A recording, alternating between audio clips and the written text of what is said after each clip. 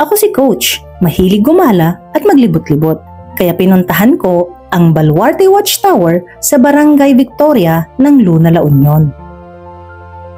Ito ay makalumang tore na pinapanood ang dagat. Naitayo ito nung sinaunang panahon bago pa man makarating ang unang barkong Kastila bilang bantay laban sa mga pirata. Isa itong circular na tore na may 5 metro ang taas, matipunong pader na gawa sa adobe, koral at tinuding na puti ng itlog. Parang eksena ito sa istorya ng nakaraan. Lumipas ang panahon, naging bahagi rin ito nung unang ikalawang digmaang pangdaigdig. Ginamit ito bilang communication tower para sa pwersang Amerikano sa Northern Luzon. Pero hindi naging madali ang kanyang buhay dahil matinding alon, typhoon at pagguho ng baybayin ang kumitil sa kalagayan niyang ito. Noong 2015, 2 hati ang tore dahil sa bagyong Lando.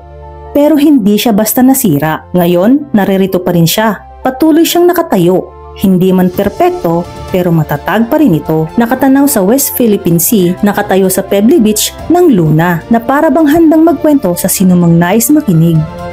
Ngayon, libre nang pinupuntahan ngayon ang tore na ito na dinarayo pa ng mga iba't ibang turista na mahilig sa history. May tanawin na talaga namang aakit sa iyong paningin. Isang piraso ng kasaysayan na nakangiti pa rin sa hamon ng panahon.